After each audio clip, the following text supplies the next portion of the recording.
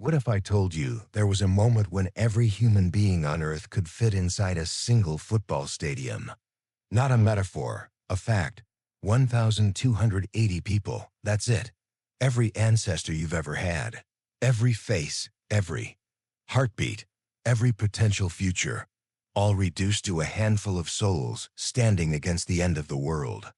And no one remembers their names, no monuments, no stories, just silence and the wind, carrying the last whispers of a species that was never meant to survive. 900,000 years ago, the earth turned against us, the skies stopped raining, the forests withered into dust, the air froze. Our ancestors, early humans, scattered across Africa, faced a drought so long and cruel it almost erased us from existence.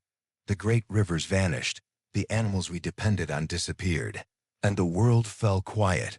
For 117,000 years, longer than the entire history of civilization, humanity balanced on the knife's edge of extinction. Every sunrise was borrowed time. Scientists discovered this recently, buried not in bones or fossils, but in our DNA itself. Because hidden deep inside your genetic code is a secret message from the past. Proof that every person alive today descends from the same impossibly small group of survivors. They lived through hell. They watched their world collapse, their families starve, their skies die, and still somehow they endured. They didn't have words for courage or faith or hope.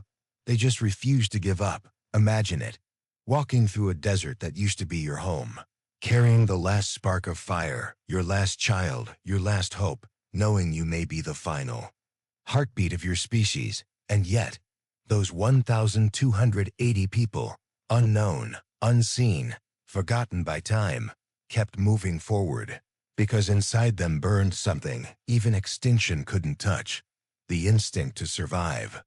They had no idea that every human being who would ever live, every artist, every scientist, every dreamer, would come from them, that you are here right now because they didn't stop walking.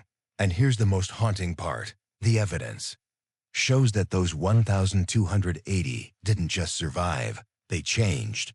Something inside their DNA fused, mutated, evolved, giving birth to the modern human mind. Their suffering didn't just save us, it made us.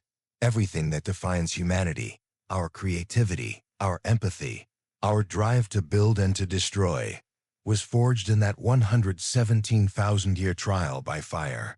We are not the descendants of kings, we are the children of survivors. This is the story of the day humanity almost ended, and the miracle that made sure it didn't. It started quietly, not with an asteroid, not with a bang, but with a line of code running in a lab in Beijing. Dr. Wang Ji, a population geneticist at the Chinese Academy of Sciences, was scanning through data, over 3,000 human genomes. From every corner of the planet, his goal wasn't to rewrite history. He just wanted to refine the molecular clock that tracks how long ago our ancestors split from other species. A routine experiment, but then the data blinked. When he plotted the genetic diversity of humans over time, the numbers suddenly collapsed. Not dipped, collapsed. Around 900,000 years ago, humanity's genetic signature flatlined. It was as if, overnight, almost everyone had vanished. At first, Wang thought it was a bug. He rechecked the algorithms, ran them again, changed parameters, even swapped computers. Every time, the same result appeared. Our ancestors had suffered an almost total wipeout. Only about 1,280 breeding humans were left alive on Earth. Not 1,280,000. Not 1,280 tribes. Just 1,280 people total. That's fewer than a modern high school student body, if this was true. It wasn't just a scientific curiosity. It was the single most important survival story in history.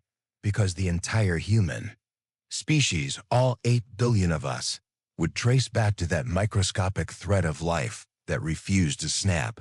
The findings stunned the scientific world when it was published in Science in 2023. Until then, researchers had suspected an ancient bottleneck, a period when humanity's population had dramatically declined. But no one had imagined it was that catastrophic, or that it had lasted an almost impossible 117,000 years. The signs had been hiding in plain sight. For decades, scientists noticed something strange about human DNA compared to chimpanzees, who live in small, isolated groups scattered across Africa. Humans are shockingly uniform. Two random chimps might have more genetic differences between them than any two humans alive today. That shouldn't happen. We're a global species. We should be wildly diverse. The only way to explain such genetic sameness is if, somewhere in the deep past, we were nearly wiped out. But when and why had always been a mystery, until Wang Ji's computer spat out an answer. He'd been using a new computational method called FitCol, a model that tracks population changes over hundreds of thousands of years with unprecedented precision. And what it showed looked less like a population dip and more like a near-death spiral. Around 930,000 years ago, human ancestors were decimated. 987% of the population vanished. For over 100,000 years afterward, humanity teetered on the brink of extinction, never recovering beyond a few thousand souls. Imagine that: one bad drought, one disease outbreak, one volcanic eruption, and the entire human experiment could have ended before it began. So what could have done it? To find the answer, we have to travel back to the early Middle Pleistocene, a period when Earth's climate was undergoing a violent transformation. Before that time, the planet's ice ages followed a predictable rhythm: cold spells every 41,000 years, followed by brief warm periods, harsh, yes, but survivable. Then suddenly, the rhythm broke. Around 900,000 years ago, Earth entered a new phase, ice ages that lasted 100,000 years each. Deeper, longer, and more brutal than ever before. Glaciers swallowed continents. Sea levels plunged hundreds of feet. Global temperatures crashed. And in Africa, the cradle of humanity, paradise turned to dust. Forests shriveled, rivers disappeared. Herds of animals that had sustained early humans vanished. Regions that once overflowed with life became bone-dry wastelands. For early humans, likely Homo erectus or their descendants, every year became a test of endurance. Food dwindled, water grew scarce, and every migration brought new dangers. As generations passed, families died out, clans vanished. Then entire populations blinked out of existence, until somewhere in the vastness of Africa, a few hundred survivors found a refuge, a small pocket of stability where life could still hold on. We don't know where that refuge was. Maybe near the Great Lakes of East Africa, maybe along an ancient river system that never fully dried. But it existed, because if it hadn't, none of us would be here, and inside those hidden enclaves, something extraordinary was happening. Not just survival, but transformation in populations that small. Evolution moves fast. Mutations spread through entire groups in just a few generations. Beneficial traits, sharper minds, stronger cooperation, adaptability, quickly become universal. And somewhere during this long winter of human history, something miraculous occurred. 2 of our ancestral chromosomes fused into one. That's why humans have 46 chromosomes, while chimps and gorillas have 48. This fusion wasn't random. It likely spread through those tiny surviving populations like wildfire, reshaping our genetic future. Today, every single person on Earth carries that fused chromosome, chromosome 2, a permanent reminder of the age when humanity nearly vanished. Some researchers believe that this genetic event wasn't just a quirk. It may have altered brain development, paving the way for greater intelligence. In other words, the bottleneck didn't just test humanity, it may have created it. By the time the climate began to ease, about 813,000 years ago, the survivors had changed. Their minds sharper, their societies tighter, their resilience unmatched. When the rains finally returned, they spread outward again, multiplying, migrating, evolving from that single flicker of survival. All future humans would emerge: Homo sapiens, Neanderthals, Denisovans, Every culture, every language, every heartbeat traces back to them. The discovery left scientists in awe. Humanity's rise, it turned out, was born not from dominance, but from desperation. We are here because 1,280 people refused to give up. Imagine the Earth 900,000 years ago. No cities, no fires glowing against the night. Just endless cold and silence. The planet was locked in one of its most violent transitions, what geologists now call the mid-Pleistocene revolution. The air was sharper, the seasons unpredictable. Ice sheets clawed their way across northern continents, swallowing forests and carving mountains. In Africa, the home of our ancestors, the skies failed. Rains that had once come with clockwork rhythm began to vanish for decades at a time. The lush woodlands that fed our species turned brittle and gray. Rivers that once pulsed with hippos and crocodiles dried into cracked veins of dust. The world was closing in on early humanity. Now picture yourself as one of them, a young hunter. In a dying world, your parents speak of green valleys that no longer exist. The air is filled with the wine of wind and grit. Every sunrise is the same desperate question: where do we go now? Over generations, the landscape turned against you. Waterholes vanished. Herds migrated and never came back. Every trek became longer, riskier, more uncertain. One drought ended only to be followed by another. One bad year became a century became 10,000 years. This wasn't a disaster you could escape. It was the new reality, and one by one, human populations began to collapse. Some starved, others fought. Entire bloodlines vanished into the dust. It's what scientists call population bottleneck, when a species' numbers drop so low that recovery becomes almost impossible. Once you fall below about 1,000 individuals, extinction becomes the rule, not the exception. There aren't enough breeding pairs to sustain genetic diversity. A single epidemic, a single failed harvest, can erase everything. That's where humanity found itself, a heartbeat away from being another forgotten branch on the evolutionary tree. What makes this story even more astonishing is how long that state of crisis lasted. For 117,000 years, our ancestors lived with extinction breathing down their necks. That's longer than our own species has even existed.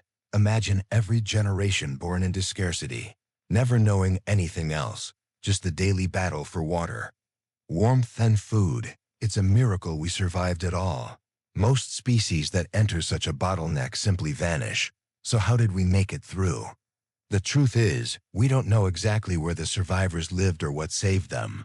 But scientists have clues. Some suspect they found refuge near East Africa's Great Lakes, where volcanic activity and deep aquifers may have kept the water flowing, even as the rest of the continent turned to desert.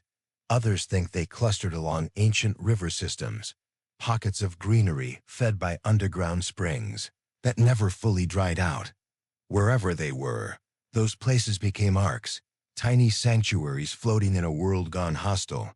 Inside those refuges, small bands of humans, maybe 20 to 40 individuals at a time, clung together like sparks in the wind.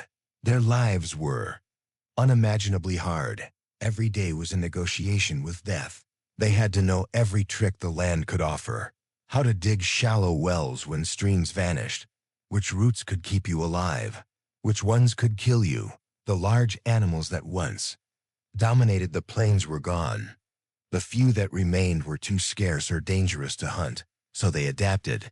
They became dietary generalists, eating anything and everything. Insects, roots, eggs, tubers, small reptiles. They cracked bones to reach the nutrient-rich marrow. They roasted plants that were poisonous when raw, transforming toxins into food. And crucially, they mastered fire, not just as warmth or protection, but as a tool for survival. Fire changed everything. Cooking released calories trapped in hard-to-digest plants. It made meat safer, destroyed parasites, and softened roots that would have broken their teeth. A simple meal became more than nourishment. It became a defense against starvation. At night, the flames brought something even more valuable: safety. Predators feared it. The light extended the day, allowing people to plan, to talk, to teach. Around the fire, humanity became more than just an animal clinging to life. It became a society. The flame wasn't just heat, it was memory, and it was in those circles of flickering light that the future of our species was forged. When resources are scarce, conflict can destroy small groups instantly.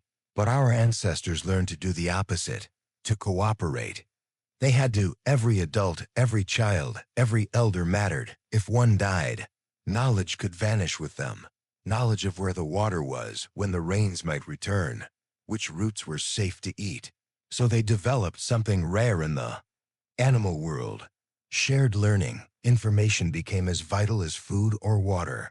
They told stories, passed down survival skills, mapped their environment in memory, and slowly, through sheer necessity, they evolved the ability to teach. Every generation became slightly better at communication, slightly faster at understanding over tens of thousands of years.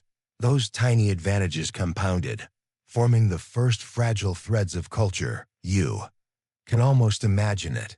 A child listening beside the fire as an elder shows them how to read animal tracks or find edible tubers. The next morning, that child uses that knowledge to feed their family. The habit becomes instinct. Instinct becomes evolution.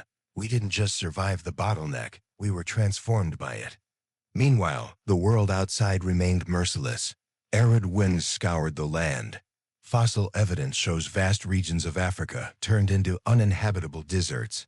Most large mammals, antelopes, elephants, even ancient species of predators, went extinct, and yet the humans in those hidden refuges endured. They became specialists in survival, shaped by a world that killed almost everything else. To modern scientists, it's still unclear how many separate refuges existed, maybe several. Scattered across Africa, maybe only one, but together, they maintained just enough genetic diversity to keep the human spark alive. Generation after generation, these survivors passed through a crucible of fire and famine, until finally, the earth began to shift again. The ice retreated, the rains returned, green crept back across the land, and the survivors, those descendants of the 1,280, stepped out of the shadows to reclaim the world. The sun rises over a land that's finally beginning to heal. For more than 100,000 years, the world had been a graveyard, but now, something has shifted. The air smells of rain again. Grasses creep over the bones of a dead savanna. Herds return to the plains that had once fallen silent. And somewhere among the trees and stones, a few hundred survivors, the last humans, lift their faces to the warmth. They don't know it, but the storm that nearly ended their species has finally begun to fade. These were not the same humans who entered the bottleneck. They were harder, sharper, more adaptable, molded by 100 millennia of crisis. Their survival wasn't luck, it was evolution, forced at knife point. When populations are this small, change happens fast. Every slight advantage, a stronger immune system, a quicker mind, a better ability to cooperate, spreads through the entire group in just a few generations.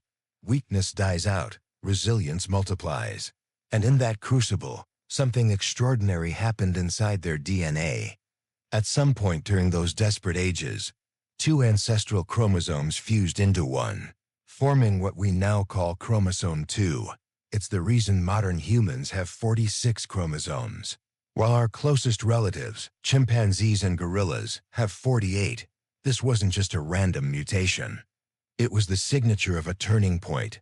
That fusion, passed on through every generation of survivors, became universal, carried by every human alive today. Scientists can still see the scars of that merger written in our genome, like a fingerprint. From 1,000,000 years ago, some researchers even suspect that this event affected the brain, tweaking genes involved in neural development. If that's true, it means the human mind itself may have been born in the shadow of extinction. Think about that. Our ability to think, create, and dream may have been a side effect of survival, but intelligence alone wouldn't have been enough. These survivors didn't just outthink their world, they outlasted it together. For tens of thousands of years, They lived in small groups, maybe 20 or 30 people at a time, connected by fragile webs of trade, migration, and memory. They became masters of cooperation because the alternative was death. In a population that tiny, every loss mattered, every hunter who failed to return, every child who didn't survive the dry season, every elder whose memories vanished with them. So they learned to preserve what couldn't be lost. Knowledge, they passed it down orally, again and again, generation after generation. Which riverbeds still held water in drought, which plants could cure a fever, how to keep fire alive through a storm. Those lessons became the first form of culture, a living encyclopedia carried in stories, songs, and rituals. When one group met another, they didn't just share food or tools, they exchanged ideas. And those exchanges, small as they were, began the slow birth of human society. Meanwhile, the planet itself was rewriting the rules. As the ice sheets retreated and the air warmed, global weather patterns stabilized, at least for a time. The survivors' refuges expanded into fertile plains and forests.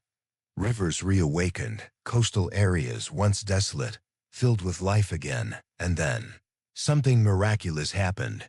The human population, which had hovered near extinction for over 100 millennia, exploded. Within just a few thousand years, the descendants of the 1,280 spread across Africa, filling every ecological niche they could reach. The recovery was so fast that the genetic record shows a population boom, so steep it's almost vertical, a rebound from the edge of nothingness. These weren't the same fragile bands that had once clung to survival. They were innovators, fire users, tool makers, problem solvers. They had learned to turn adversity into strategy. By around 800,000 years ago, humanity's comeback was complete, and something new was emerging.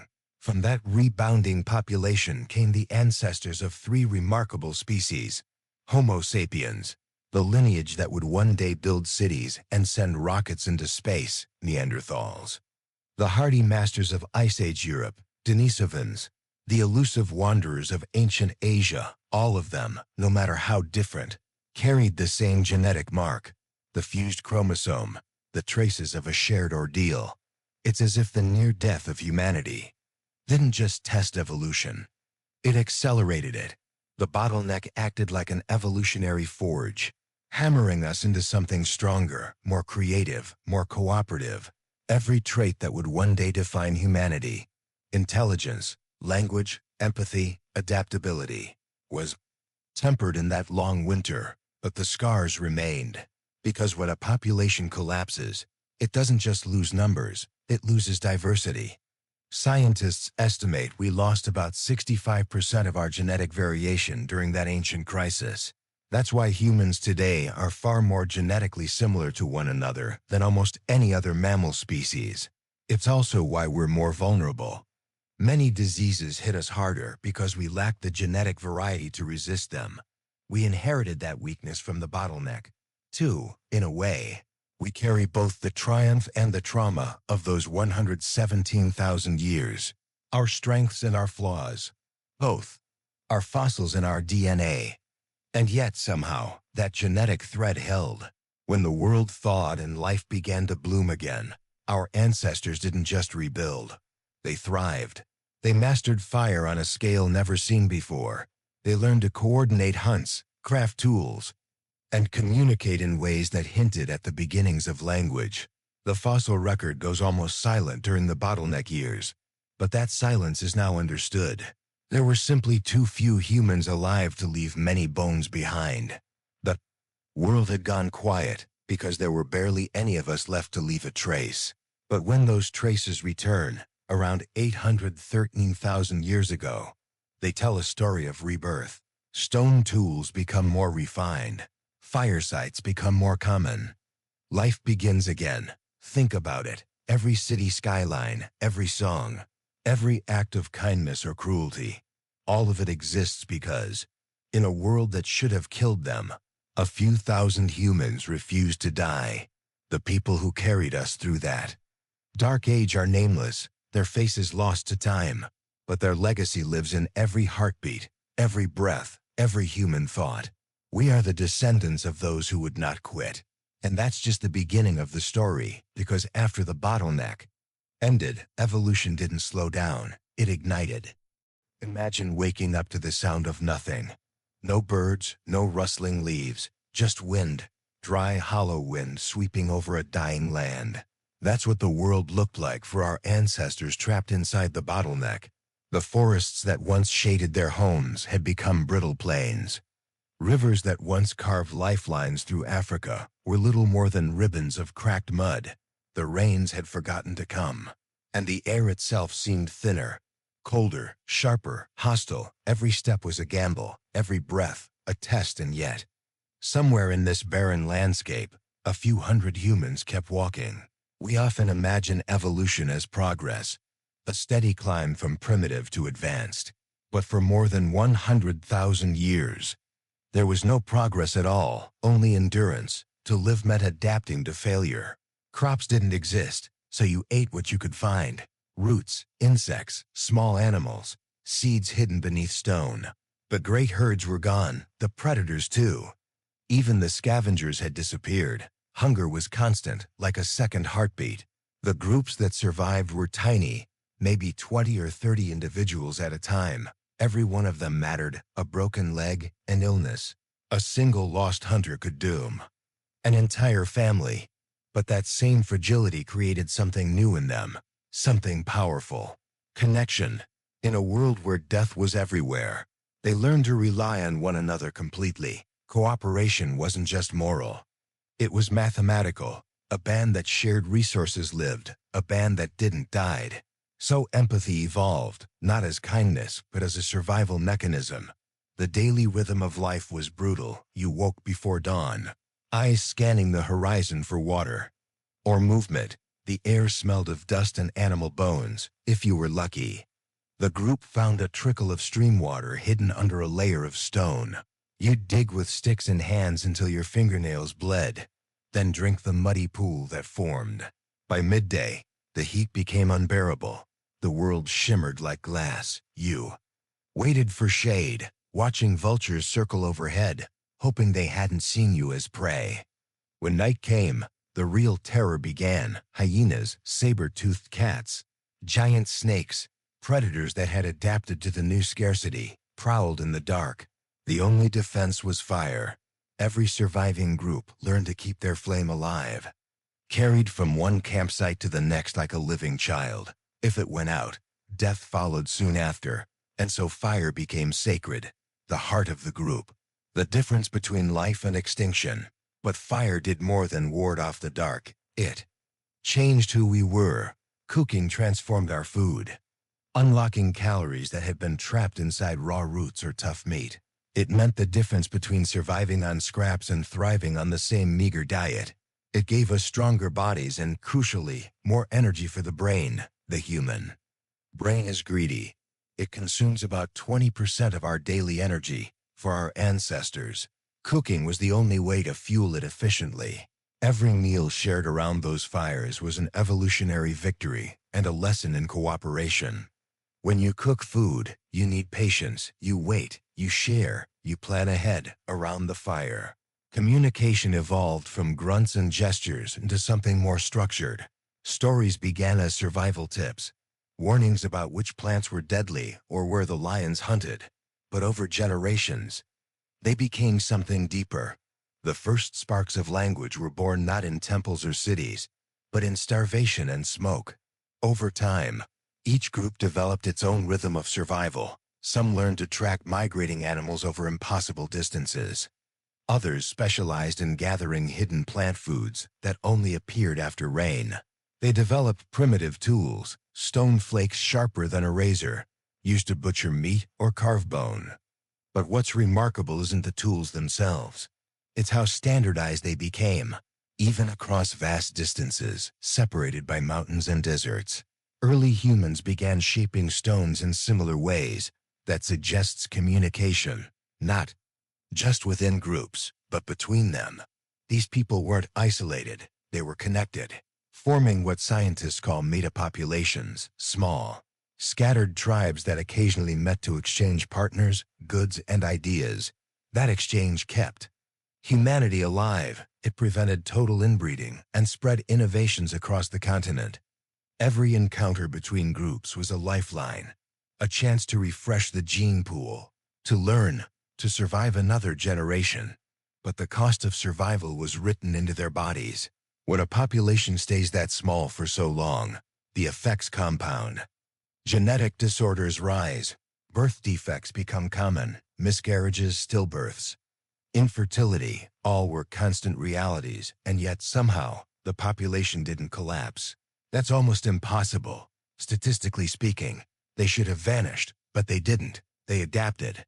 Slowly, painfully, relentlessly. Evolution began favoring traits that could counteract inbreeding, more robust immune systems, stronger mate selection instincts, tighter family cooperation.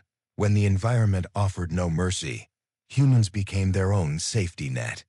Now picture that moment, perhaps 850,000 years ago, when a storm gathers over a distant valley. A band of humans huddles beneath an overhang, shielding their fire from the wind. The children are quiet, watching their elders. One woman feeds the flames with dry grass.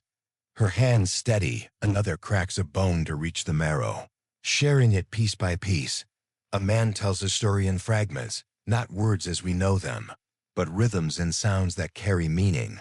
The story isn't about gods or glory, it's about survival. Where to find water, how to make fire when lightning strikes, how to stay alive when the world seems determined to erase you. Outside, the storm rages. Inside, humanity endures. That's what life inside the bottleneck looked like. No civilization, no art, just the raw mechanics of staying alive, and somehow building the foundation for everything that would come after. Every time we light a fire, every time we share knowledge, every time we choose cooperation over isolation, we're echoing those moments. They lived through a darkness so deep that only 1,280 human souls remained. And yet, they carried the spark through the coldest age in our history. Somewhere in that endless night of near extinction, a miracle happened. Not in the sky, not in the land, but inside the code of life itself. A single genetic event, tiny, invisible, and random, changed the course of human history. 2 ancient chromosomes fused together into one today. Every human alive carries the result of that fusion. Chromosome 2. It's what separates us from our closest relatives, chimpanzees and gorillas, who each have 48 chromosomes. We have 46. And that small difference, according to many scientists, may have changed everything. This fusion didn't come from divine intervention or cosmic luck. It happened the way most evolutionary quirks do, by accident. Maybe a single child was born with the merged chromosomes. Maybe they looked no different, felt no different, but that tiny rearrangement subtly affected the way their body or brain developed. And in a population as small as 1,280 individuals, a single mutation like that could spread shockingly fast. When most species number in the millions, genetic changes get lost in the noise, diluted across generations. But when there are only 1,000 of you left, evolution moves at lightning speed. If that child survived and had children of their own, the mutation would ripple outward through the entire population within just a few centuries. And so, by sheer chance, or perhaps by natural selection itself, that fused chromosome became universal. Every human who came after would carry it, you, me, everyone. A permanent genetic scar from the moment we almost disappeared. But this wasn't just a bookkeeping change in our DNA. Near the point where the two chromosomes fused, scientists have found genes related to neural development, the growth and function of the brain. It's possible, though still debated, that this fusion altered how neurons connected, how signals traveled, how thoughts formed, that it nudged the human brain towards something new: complexity. Think of it as evolution throwing a spark into the dark, one that would one day ignite language, creativity, and reason. The survivors didn't know it, of course. To them, Life was still a cycle of hunger and fear, but within their cells, something revolutionary was brewing. The DNA evidence reads like a detective story written in molecules. Scientists can pinpoint the exact spot where the two chromosomes merged, a clean break, like two scrolls stitched together. At the seam, you can still see the molecular scars where the genetic material fused. It's humbling, almost eerie, because that scar exists in all of us. Every time a human cell divides, every time a child is born, that fusion is copied again. The same ancient accident replicated billions of times over. A reminder that our survival didn't just depend on fire or food, but on the strange generosity of chance. But this fusion was only part of the revolution happening within those 1,280 survivors. Genetic bottlenecks, by their very nature, accelerate evolution. When a population shrinks to that degree, natural selection goes into overdrive. Harmful mutations are purged quickly. There's nowhere for them to hide. Beneficial ones sweep through the entire population in record time. It's evolution under extreme pressure, like a forge heating metal until it glows. Over thousands of generations, that pressure reshaped us. Brains got larger. Communication became more complex. Memory improved. Social bonds tightened. And intelligence, once a luxury, became the difference between life and death. The people who could plan ahead, cooperate, and learn from mistakes were the ones whose children survived. Generation after generation, those traits were amplified, carved deeper into our biology. It wasn't evolution's slow crawl. It was evolution sprinting for its life. This period also revealed another power of humanity: adaptability. The survivors weren't physically the strongest creatures on Earth. They didn't have claws, fangs, or thick fur to withstand the cold. But they had something better: a mind that could change strategy faster than the environment could kill it. When drought struck, they learned to migrate. When prey vanished, they ate insects or roots. When predators grew bolder, they learned to fight fire with fire, literally. And when the world changed again, they changed with it. The human brain became a survival machine, not because of abundance, but because of scarcity. We learned to imagine, to see possibilities that didn't yet exist, to plan, to prepare, to hope. In evolutionary terms, is the most powerful adaptation of all. Meanwhile, something else was happening on a larger scale, something the fossil record only hints at. For tens of thousands of years, human remains virtually vanish. Archaeologists call it the fossil gap, a missing chapter between about 950,000 and 650,000 years ago. For centuries, that mystery baffled scientists. Where did all the humans go? Now we know.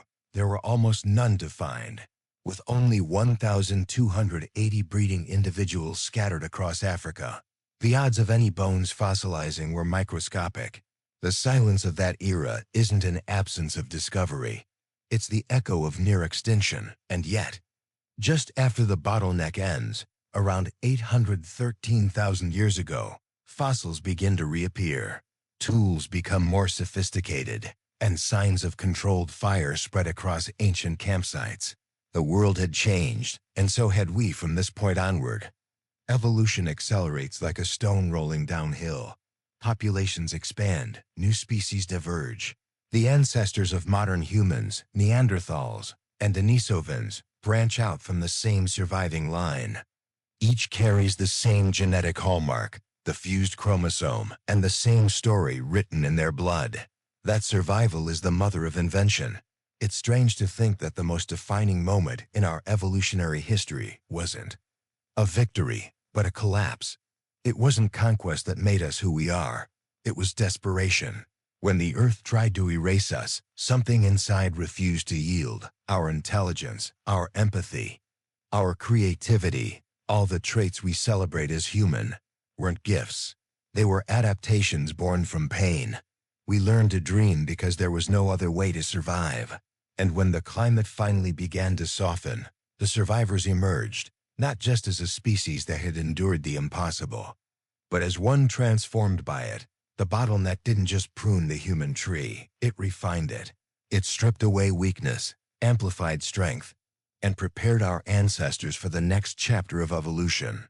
Because soon, those 1,280 survivors and their descendants would ignite a transformation that would ripple across continents. The first real humans were about to take shape. For over 100,000 years, humanity was on life support, scattered, starving, cornered by a planet that seemed determined to erase us. And yet, something astonishing happened in that darkness. We changed, not just biologically, but mentally, socially, spiritually, in the silence of extinction. The human mind was born. To understand what that looked like, you have to forget the modern idea of progress, the timeline from caves to cities, from fire to flight. This wasn't a story of invention. It was a story of survival instinct sculpting consciousness itself. In those small, fragile groups of survivors to 20, maybe 30 people at a time, the world was reduced to its simplest terms. Find water, find food, stay alive. But survival required more than instinct. It required thinking together. You can imagine them huddled around fires at night, the only light in an ocean of dark, communicating not with polished words, but with gestures, rhythms, sounds. These weren't just noises. They were coordination, a way to plan hunts, share locations of water, warn of predators, and over time, something magical began to happen. Those sounds started to mean more than survival. They carried memory, intention, story. The foundations of language began here, born not from curiosity, but from necessity. Because when your life depends on the information another person holds, you don't just listen, you learn. That obsession with learning, with transferring knowledge from one brain to another, became the most powerful adaptation in the animal kingdom. Other species rely on instinct. Humans began to rely on teaching. Every lesson that kept someone alive, which plants to eat, how to track herds, where to find shelter, had to be remembered and passed on. The groups that shared best survived longest. The result? Natural selection didn't just favor strength or speed anymore. It began to favor intelligence, memory, and communication. In other words, culture itself became a survival tool. As this went on for tens of thousands of years, the human brain grew, not just in size but in complexity. The fossil record shows a subtle but measurable increase in cranial capacity during and immediately after the bottleneck period. Brain regions linked to problem-solving and social behavior expanded. In evolutionary terms, this was a supernova. The brain was burning brighter, faster, hungrier than ever before. And with that came something entirely new in the natural world. Self-awareness. Our ancestors began to recognize themselves, not just as creatures reacting to the environment, but as beings shaping it. A stick wasn't just a stick anymore. It was a potential spear. A spark wasn't just light. It was security. A pattern of footprints in the dust wasn't just chance. It was evidence of thought, of cause and effect. The human mind was learning to see possibility. This shift also rewired how our ancestors related to each other. In such small populations, conflict could be deadly. One fight, one rift, could doom an entire group. So natural selection didn't just favor intelligence, it favored empathy. The ability to understand others' intentions, emotions, and fears became vital. Those who could cooperate, who could calm tension and build trust, survived. Modern psychologists call this theory of mind. The capacity to imagine what another person is thinking. That ability, honed under pressure, became one of the cornerstones of human civilization.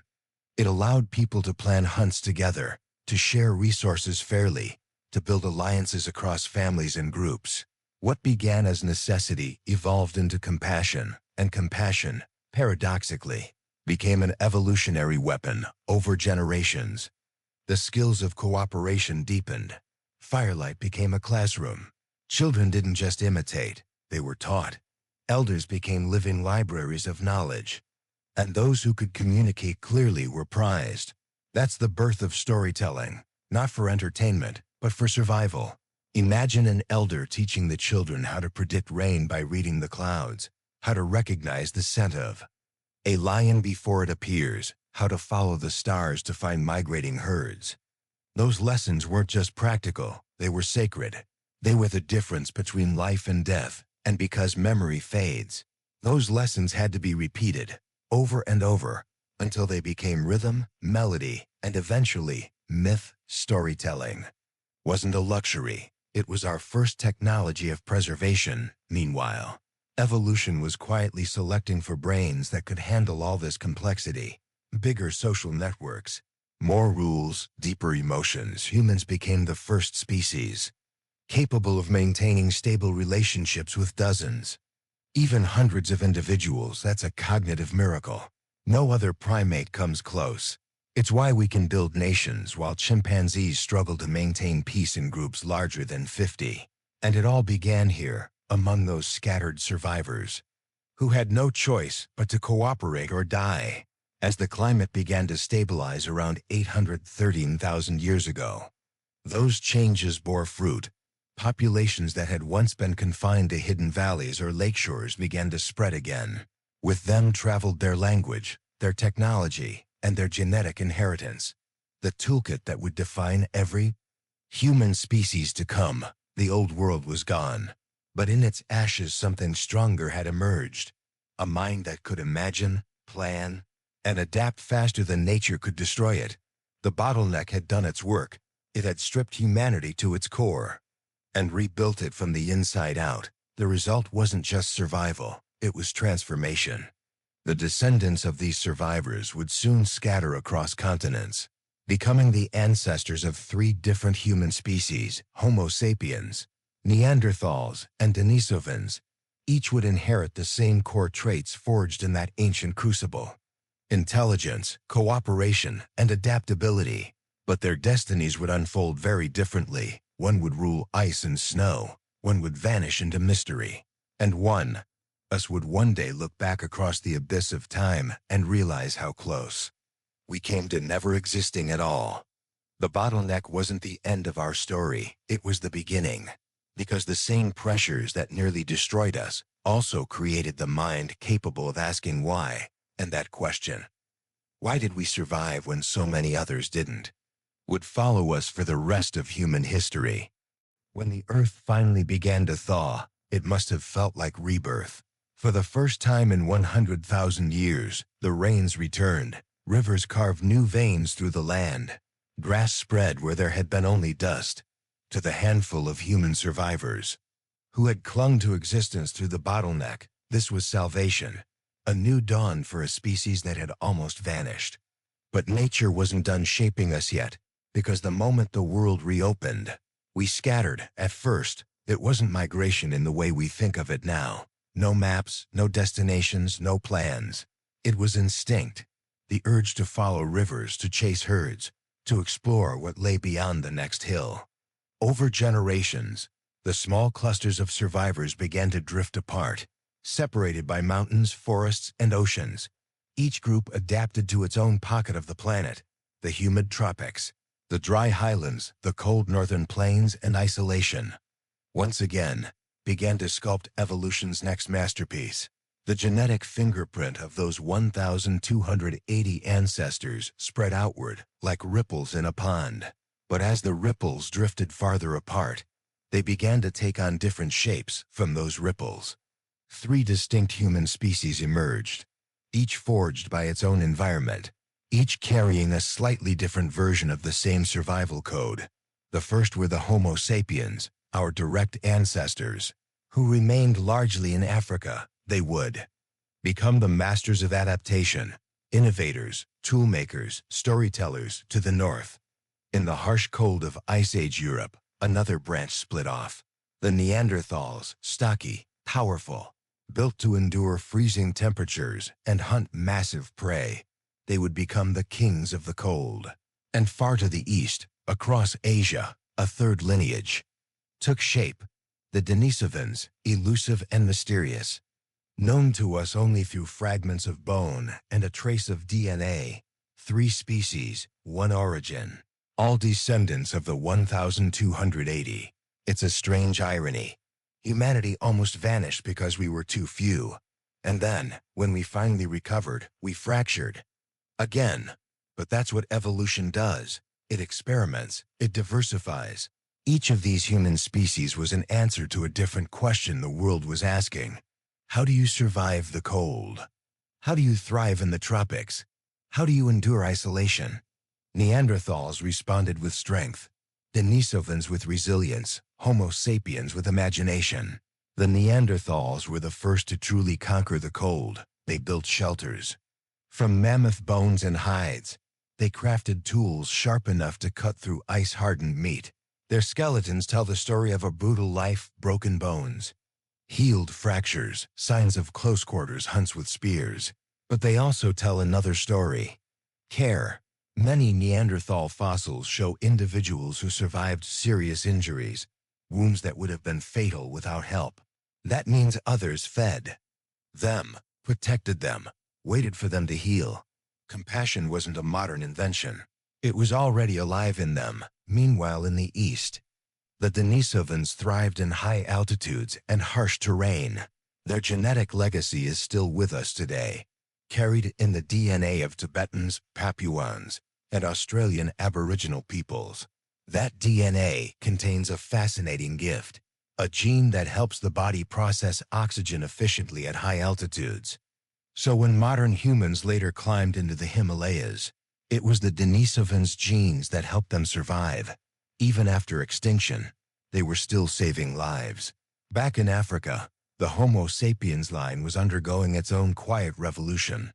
Climate there was still unstable, dry, wet, dry again, forcing constant adaptation every few thousand years.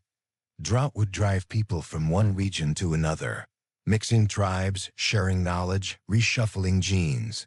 That constant movement became our evolutionary superpower. Where other species adapted to one environment, we adapted to change itself.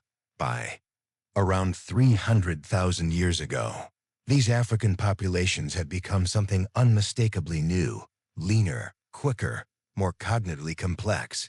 They were the first modern humans, and with them came something the world had never seen before: imagination. The earliest known Homo sapiens tools show a leap in creativity, not just functional, but symbolic. Pigments appear, shell beads, engravings on bone. They weren't just surviving anymore.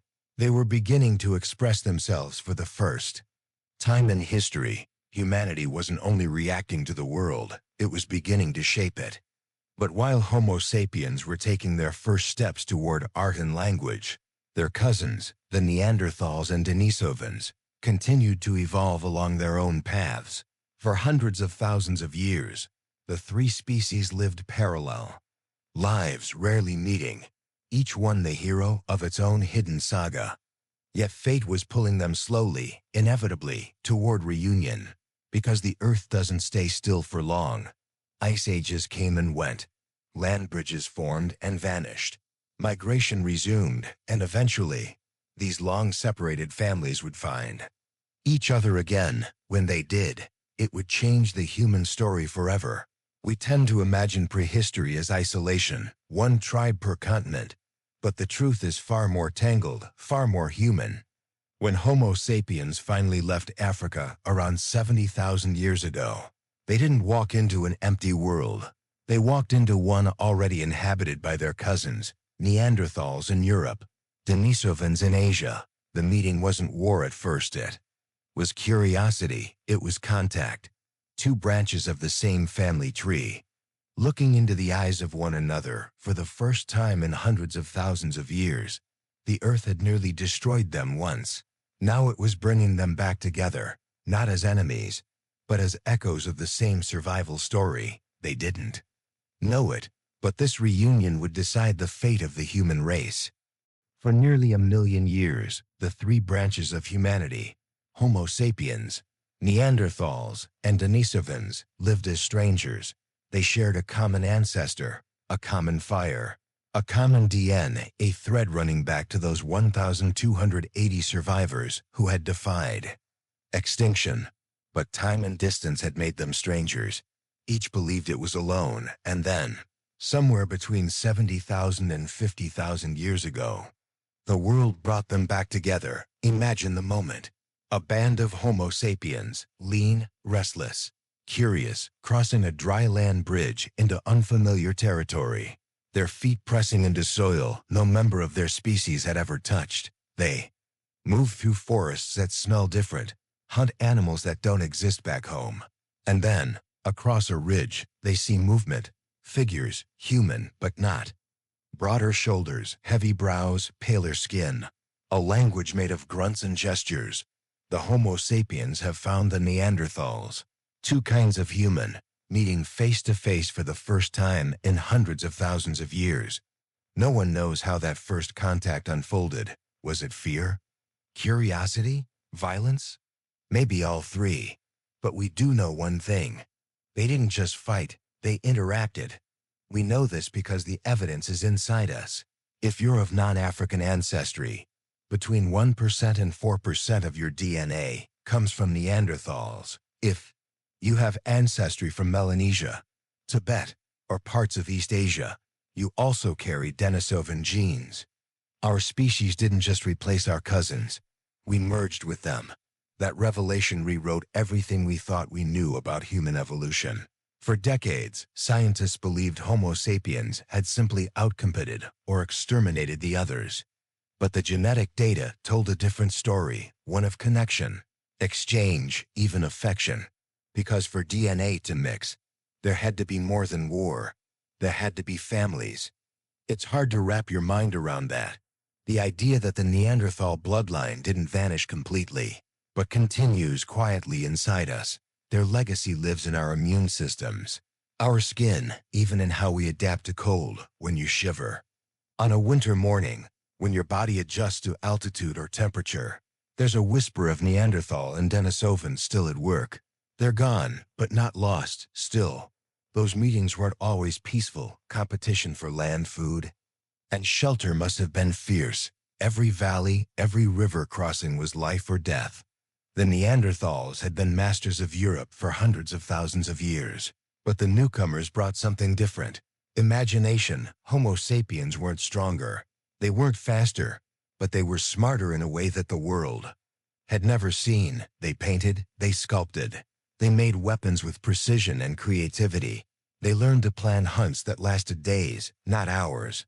And most importantly, they told stories. That, more than anything, may have been the deciding factor. Because stories are maps of the invisible, they carry information across generations. Across minds, a Neanderthal could teach a child to hunt, but a Homo sapiens could teach a tribe to dream. Over time, this difference, subtle but profound, began to tip the balance. Wherever modern humans arrived, Neanderthal and Denisovan populations dwindled, not overnight, but gradually. Like stars fading before dawn, some intermarried and were absorbed. Others, perhaps, perished through conflict or disease.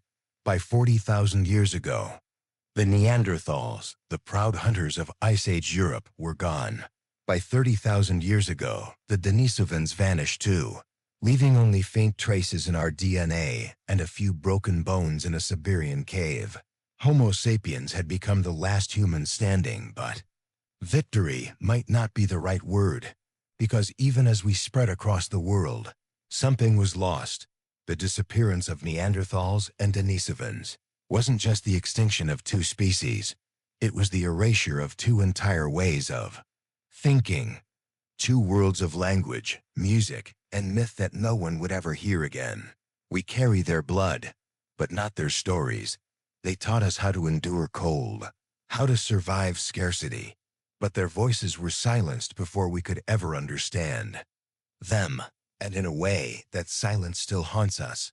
Yet, their influence didn't end with their disappearance. Modern humans inherited pieces of their biology that helped us thrive in new environments. Neanderthal genes strengthened our skin and immune responses, critical for surviving the harsh European winters. Denisovan genes equipped people for life in the mountains, helping modern Tibetans and Andean peoples breathe in thin air. Even our emotional wiring may carry echoes of them. Some scientists suspect that certain aspects of mood regulation, sleep cycles, even our tendency toward introversion or sensitivity, have ancient roots in Neanderthal DNA. In that sense, they never truly left. They live on, quietly, invisibly, inside the species that once stood beside them. As Homo sapiens spread, their world became increasingly complex. New tools, larger tribes, the beginnings of symbolic thought, all of it accelerated. It's as if the merging of bloodlines created not just new genes, but new possibilities. Art appeared, language flourished, burials became rituals. Humanity, for the first time, wasn't just surviving nature, it was beginning to define it. And yet, behind every fire, every painted wall, every whispered legend, there lingered the ghost of those we left behind. We were never meant to be alone, but somehow we became the last of our kind. The world was quieter now, no Neanderthal footsteps crunching over snow, no Denisovan camps flickering beneath the mountains. Only one branch of humanity remained, carrying all the memories, all the mistakes, all the borrowed DNA from the rest, and the story of who we became, the triumphs, the wars, the dreams would all grow from that solitude. But in the code of every human cell, in the double helix of every child ever born, the reunion still hums softly. We are, all of us, living evidence that survival isn't purity, it's connection. The future of humanity was written not by one species, but by many, woven together in fire, fear, and love. Every human alive today, every language, every heartbeat, every dream, traces back to them. Those 1,280 survivors who lived through a nightmare the earth itself tried to end. They were never kings or conquerors. They didn't build empires or carve monuments. But in the frozen silence of the world's darkest age, they carried a spark that refused to die, and somehow that spark became us. When scientists first discovered the genetic evidence of this near extinction, it felt like a revelation and a warning all at once, because hidden inside our DNA is a record of both triumph and trauma, proof that we're all the children of catastrophe. The bottleneck didn't just change the size of our population. It rewired the human blueprint. It explains why all modern humans, from the Arctic to the Amazon, are astonishingly similar at the genetic level.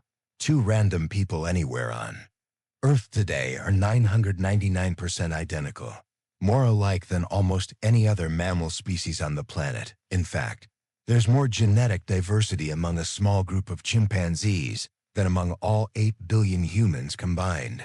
That unity is the echo of the bottleneck, the genetic memory of the time when there were almost none of us left.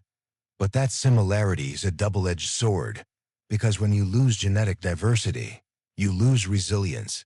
Diseases spread faster, immunity weakens. A single virus can sweep through billions. We've seen it in pandemics, in inherited disorders. In the quiet fragility of our health, we are the strongest species on Earth precisely because we were once the weakest. But the price of that strength is vulnerability. The same DNA that made us universal also made us breakable. Yet that fragility is what bound us together. When our ancestors faced the impossible, they didn't survive through isolation. They survived through cooperation. That instinct still lives in us. It's why we build communities, why we tell stories, why we feel the pull to help strangers in crisis.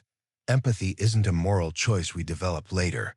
It's a survival mechanism, baked into our biology. Even now, when we mourn disasters halfway around the world or reach out to people we'll never meet, we're acting out the same ancient instinct that kept those few survivors alive. If one of us falls, we all fall.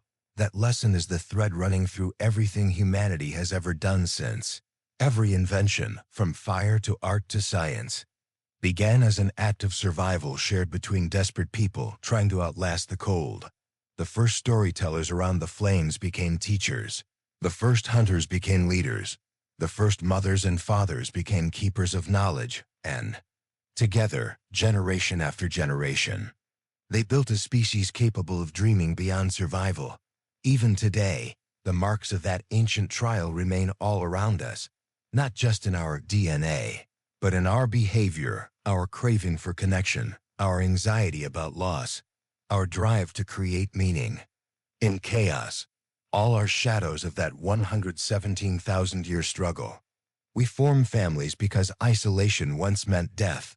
We build cities because gathering meant safety. We invent gods and myths because our ancestors looked at the storms and fires and begged the world not to end again. Every prayer, every story, every act of creation is an echo of those who once stood at the edge of extinction and whispered, "Not yet." The survivors didn't know they were saving the human race. They didn't have science or language to tell them what they were doing. They just held on to warmth, to one another, to hope. That's what it means to be human, to persist when logic says you shouldn't. Their endurance became our inheritance. When we face famine, war, or climate change today, we are reenacting the same story, the endless cycle of collapse and renewal. History doesn't repeat itself. It remembers. And humanity remembers what it means to almost disappear. But the greatest legacy of the 1280 isn't genetic, it's philosophical. It's the realization that we are one family, that every border, every flag, every difference is built on a foundation of shared survival. Strip away the centuries, the technology, the languages, and we're still those same fragile creatures huddled around the same fire.